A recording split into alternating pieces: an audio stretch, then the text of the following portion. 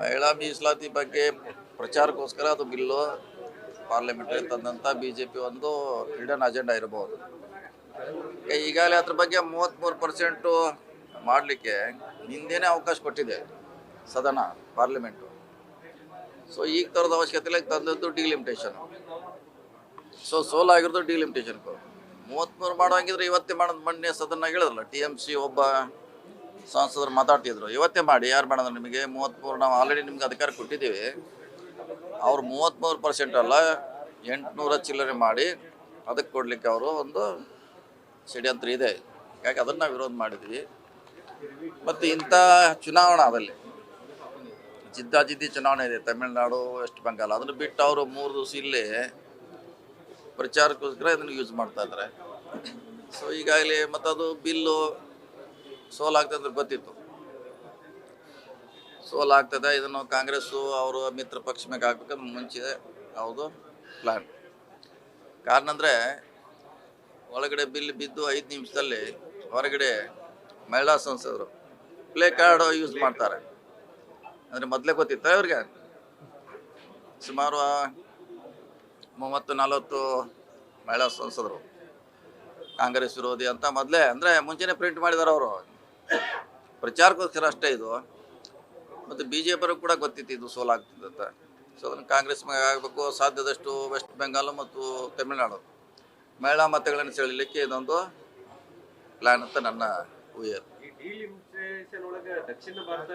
ಅನ್ಯಾಯ ಆಗ್ತಿದ್ರೆ ಅನ್ಯಾಯ ಆಗ್ತದೆ, ಅದಕ್ಕಾಗಿ ವಿರೋಧ ಮಾಡಿದ್ದಾರೆ ಎಲ್ಲರೂ. ಬೇರೆ ಎಲ್ಲ ರಾಜ್ಯದವರು ವಿರೋಧ ಮಾಡಿದ್ದಾರೆ.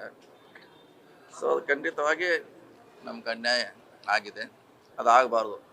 ಹಿಂದಿನವರು ಕೂಡ ಅದು ಪ್ರೊಟೆಕ್ಟ್ ಮಾಡಿದ್ದಾರೆ. ಇಂದಿರಾ ಗಾಂಧಿಯವರು, ಅಟಲ್ ಬಿಹಾರಿ ವಾಜಪೇಯಿ ಅವರು ಕೂಡ ಅವರ ಅವಧಿಯಲ್ಲಿ ಬ್ಯಾಲೆನ್ಸ್ ಮಾಡಲಿಕ್ಕೆ ಪ್ರಯತ್ನ ಮಾಡಿದ್ದಾರೆ. ಮೋದಿಜಿ ಅವರು ಕೂಡ ಅದನ್ನೇ ಮುಂದುವರಿಸಬೇಕಷ್ಟೆ. ಏನಾಗಲ್ಲ. ನೀವು ನ್ಯಾಷನಲ್ ಮೇನ್ ಚಾನಲ್ ಬಿಟ್ಬಿಡಿ, ಯೂಟ್ಯೂಬ್ 1000 ತೆಗೆದ್ರೆ 1000 ಜನ ಏನತ್ತ ಈಗ ನಾ ಹೇಳಿದ ವಿಷಯಗಳನ್ನ ತೋರಿಸ್ತಾರೆ. 1000 ಜನ ಅವ್ರು ಸುಮಾರು ಒಂದು 10-20 ಕೋಟಿ 30 ಕೋಟಿ ಜನ ನೋಡಿರ್ಬೋದು. ಅಷ್ಟು ಸಾಕು. ನಮಗೆ ಸಂದೇಶ ಹೋಗಿದೆ.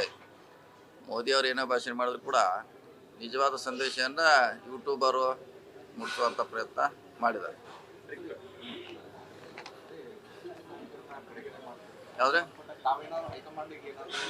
ರಿಕ್ವೆಸ್ಟ್ ಮಾಡಿದ್ವಿ, ಈಗಾಗಲೇ ನಮ್ಮ ಅಧ್ಯಕ್ಷರಿಗೆ ರಿಕ್ವೆಸ್ಟ್ ಮಾಡಿದ್ದೀವಿ. ಸೊ ಅದು ನೋಟಿಸ್ ಕೊಟ್ಟು ವರಿಷ್ಠರ ಅನುಮತಿ ಪಡೆದು ಮತ್ತೆ ವಾಪಸ್ ತೆಗೆದುಕೊಳ್ಳುವಂಥ ಪ್ರಯತ್ನ ಮಾಡೋದು.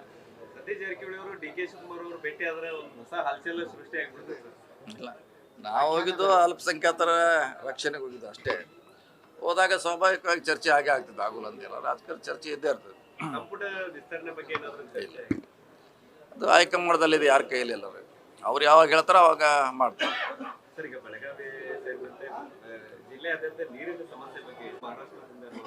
ಇದೆ.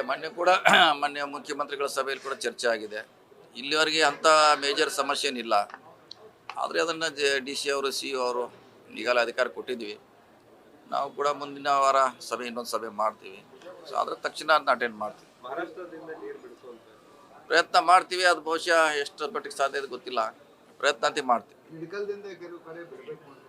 ಆಲ್ರೆಡಿ ಬಿಟ್ಟಿದ್ದೀವಿ. ನಾಳೆ 22ರಿಂದ ಬಿಡ್ತಾ ಇದ್ವಿ, ನಾಳೆ ಅಥವಾ ನಾಡ್ದು. ಯಾಕಂದರೆ ಅಲ್ಲಿ ಘಟಪ್ರಭಾದಲ್ಲಿ ಒಂದು ಬ್ರಿಡ್ಜ್ ಕೊಲ್ಯಾಪ್ಸ್ ಆಗಿದ್ರು, ಹೀಗಾಗಿ ಲೇಟ್ ಆಗಿದೆ. 2 ದಿವಸದಲ್ಲಿ ಅದನ್ನು ಕೂಡ ಲೆಫ್ಟ್ ಬ್ಯಾಂಕ್ ಬಿಡ್ತೀವಿ. ಯಾವ್ದು ಆಗಿದೆ ಅಂತ ಕೇಳಿದ್ರೆ ಗೊತ್ತದ ಬಗ್ಗೆ ಮಾಹಿತಿ ಇಲ್ಲ, ನೋಡೋಣ, ಅದ್ರ ಬಗ್ಗೆ ಐಡಿಯಾ ಇಲ್ಲ.